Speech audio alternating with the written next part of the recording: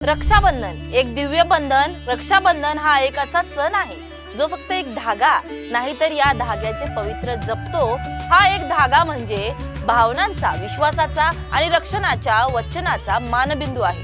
हा दिवस भाऊ बहिणीच्या नात्याच्या पवित्रतेचं सजीव दर्शन घडवणारा, भाऊ बहिणीच्या नात्याला आणखी अतूट करणारा आहे। लहान भाऊ असो किंवा आपला आधारस्तंभ असलेला मोठा भाऊ, सासरी गेलेल्या बहिणीची भावाला तर भावाला भेटण्याची बहिणीला ओढ असते। या नात्याला ना वयाचं ना वेळेचं कसलंच बंधन लागत नाही। 7 समुद्रापार पोहोचलेले हे नातं जग जाहीर आहे। रक्षाबंधनाच्या दिवशी बहीण भावाच्या हातावर प्रेमाचा धागा बांधते, देवाला त्याच्या दीर्घायुष्यासाठी आणि सुख समृद्धीसाठी प्रार्थना करते आणि भाऊ बहिणीला मी तुझं रक्षण करेल असं वचन देतो आणि खोड्या करत गोंडसाचं गिफ्टही देतो।